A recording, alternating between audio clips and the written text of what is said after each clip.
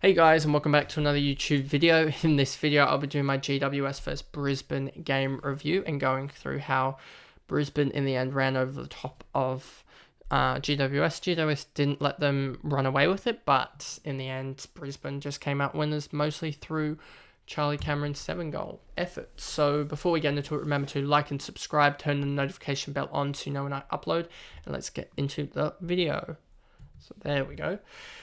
Cornelio 135, huge effort, huge first quarter, and then a last quarter, but outside of that, pretty decent. So, yep, he's a good option for anyone that doesn't have any round 15 troubles at the moment, but I do, so I cannot be getting any GWS players at all, or at least premiums from them, as I think it's 7 premiums already from all of the sides in the round 15 buy, so I really need to not get any more and look to probably shift one or so away from that. And then so yeah, so that's a worry for me. Cogs and Kelly dominated, so Kelly 39, 31, pretty decent. Toby Green is actually looking alright this year, but already at 700k, I just don't think he's an option at all. Daniels, again, is an option that I probably should start looking at. He's gone 72, 95, 95 in the last 3, so he'll jump up here massively to probably close to 530k, 520k, and I don't know if I really want to pay up for that, but we'll see with his... I think he's averaging 93. I want to say not a 93, 73. No, he's averaging 78. So there is some value there, especially if we look here at his first couple games where he had a 66 and a 59. So that 66 will come out of his rotation next week, and then the 59 will come out. So he has a good couple weeks of cash gen if he doesn't falter. So I'll look at his break even. If it's negative, it's probably a better go than some of these other guys, as it looks like it should probably be negative. But he'll be a little bit pricey. Then you have Haynes, O'Halloran, Whitfield, Perryman. Perryman again disappointing, but he's just going to tank in price, and hopefully, so he's going to drop another 70, 60k. So he'll probably bottom out at around 500k or so, and that might be an option, honestly, for a little just upgrade from a rookie. If a guy's going to have a average 85 or so for the year, you can get him in at 500k. That's a lot better than like Butters. A lot of people were talking about for being able to average what was probably going to be 85 or so. And he would be 200k more expensive than what Perryman bottoms out at. Himmelberg here, all right. Swung down back, so hopefully he, as you can see here, had 16 in the first half and then ended up with 75. So it was a 59 point second half. I was about to say 49, but nope, it's 59.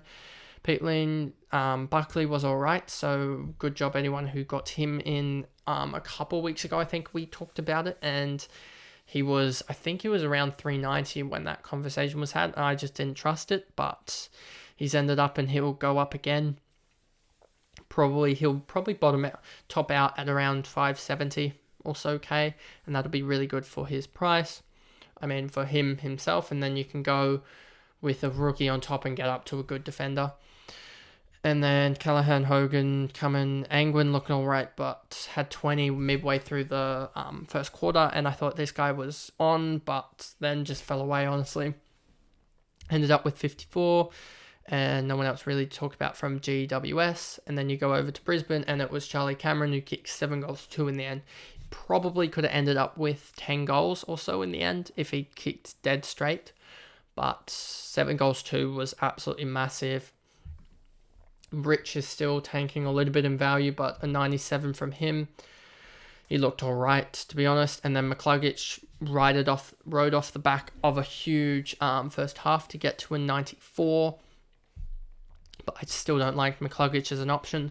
Dunkley, again, is just decreasing more in price. But he's a premium, or should be a premium this year. And he just had a shocking last quarter. He was on 78, and I thought, yes, he's going to go 100, 105 here, and that's going to be fine. But nope, he had an 8-point last quarter because he just couldn't get his hands on the footy, and I think they need to get him more on the, just get his hands on the footy, to be honest, because he's not getting the, he had 6 marks and 4 tackles, but he only had 21 touches. So I think he just needs to get more touches, to be honest, with the ball, because he is damaging. So just get it in his hands. And then no one else here really. And then Neil here disappointed again, 70, and Ashcroft of 66. So if we look at Ashcroft, that 59 is going to come out of his rotation. So he's going to have a good break even for, I think, 1 more week.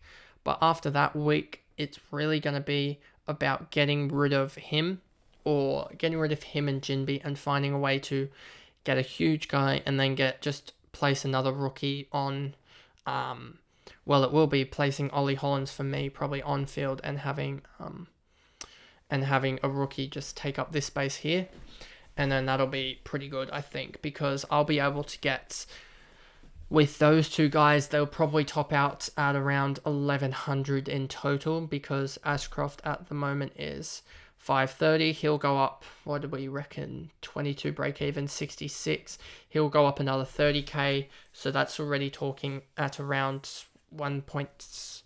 just over 1 million. And you need 200 or 210k for a decent rookie at this point in the season. So we're looking at someone around already 830k for these guys.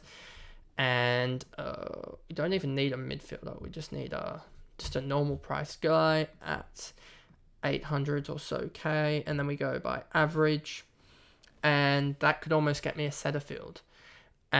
Or that could almost get me someone else here. And then we even look at the 700 to 799k, and you got Day, who I'm bringing in next week anyway. Wood could be another guy, just getting 90s, 100s each week. Rioli doesn't look the best. Rioli, is he averaging 97 after? So we'll have to see with him. And then Wilkie, Degoe's coming back surely this week, and Dacos. So we'll see, but there's certainly many, many options if we look at last 3 with those guys in there, especially if they keep gaining value and I have some cash left over. But other than that, Ashcroft, there's no one else really to talk about except for Wilmot here, 22. A lot of people had him on field, but luckily I didn't, so I got away with that. And I'm just going to field Cowan because I think he can beat 22, plus he could all go... Like 22, it's only 22 points that it's gonna cost me if Cowan gets injured basically straight away. Whereas if he doesn't, then he could easily go 50, 60 here if he has a decent game. Would love for him to have a breakout game and go 90 or 100, because that would be kind of crazy, and that would help his cash gen and would just help him in general. And I think, yeah, but I don't think that's going to happen. I think he's going to probably get a 55 or something like that, I think. So if I go back to the main screen, that's the review there done of the GWS and Brisbane game. And I'll see you guys in another video. Thanks, guys. Goodbye.